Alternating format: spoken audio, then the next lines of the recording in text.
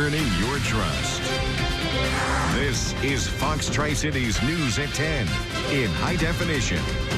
A rainy day may be turning into a winter storm. Welcome to Fox Tri-Cities News at 10. I'm Rebecca Pepin. And I'm Paul Johnson. We begin tonight with team coverage. We've got Fox Tri-Cities reporter Megan Gorey with the latest on the winter weather in Norton, Virginia. But first, we're going to start with Chief Meteorologist Dave Dirks.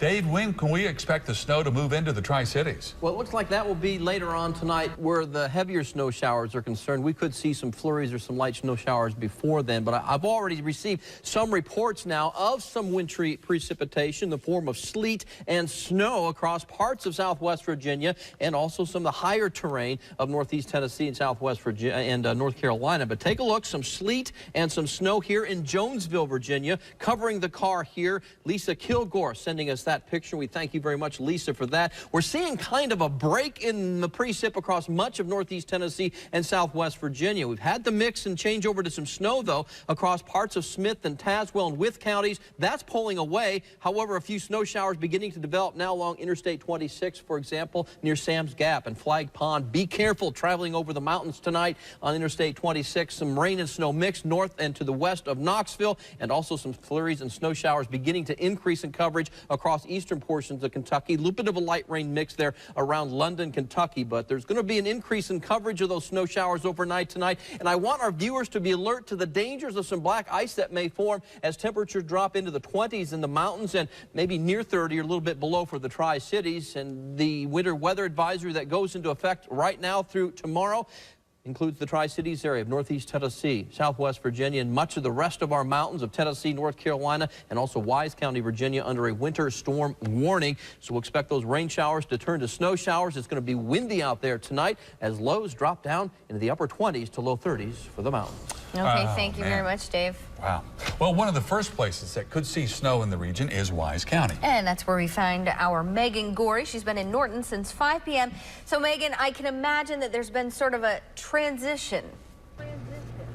Absolutely, Rebecca and PJ. When we got here around 5 o'clock, it was about 45 degrees and a steady rain.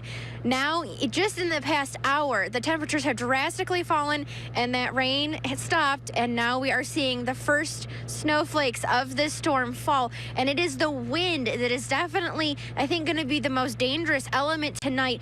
Just as we were sitting in our live truck, it was swaying the truck back and forth, and the rain-sleet mixture that's falling now is actually whipping me in the face. It's very uncomfortable. But as we mentioned, with those winds and those falling temperatures, it's the roads that are most likely to be the most dangerous part of tonight. I've been making calls to all the local dispatchers and emergency responders.